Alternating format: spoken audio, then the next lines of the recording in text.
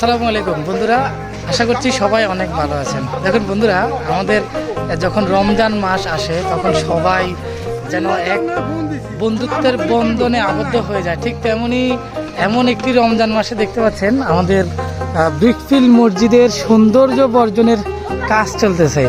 সত্যি আসলে রমজান মাস একটি সমঝোতার মাস, একটি ভালোবাসার মাস এবং বন্ধনের মাস। এই দৃশ্যগুলো আমরা রমজান মাস আসলেই দেখি সবসময়। একেবারে সবাই ছোট বড় একসাথে মসজিদকে সুন্দর করার কাজে একেবারেই নিয়োজিত হয়ে পড়েছে, দেখতে পাচ্ছেন আপনারা। রমজান মাস আমাদের বরকত নিয়ে আসে। দেখুন, এই ব্রিকফিল্ড মসজিদ অনেকেই বলে নাসির হুজুরের মসজিদ, কারণ হচ্ছে ব্রিকফিল্ডে দুইটা মসজিদ আছে। যখন বলা হয় নাসির হুজুরের মসজিদ তখন ঠিক এই মসজিদটাকেই মেনশন করা হয়।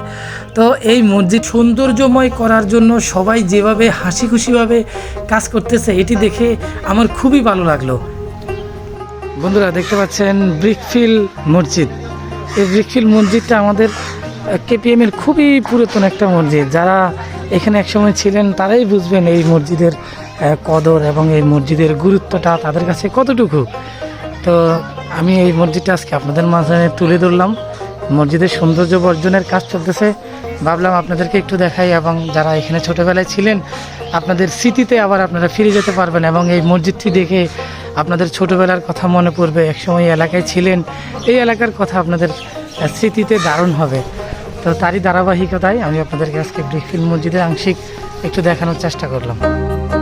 যারা আল্লাহর ঘরের জন্য এত পরিশ্রম করতেছে সবার জন্য দোয়া করবেন। আল্লাহ পাক সবাইকে নেক হায়াত দান করুক এবং সবার জীবনকে বরকতময় করে তুলুক।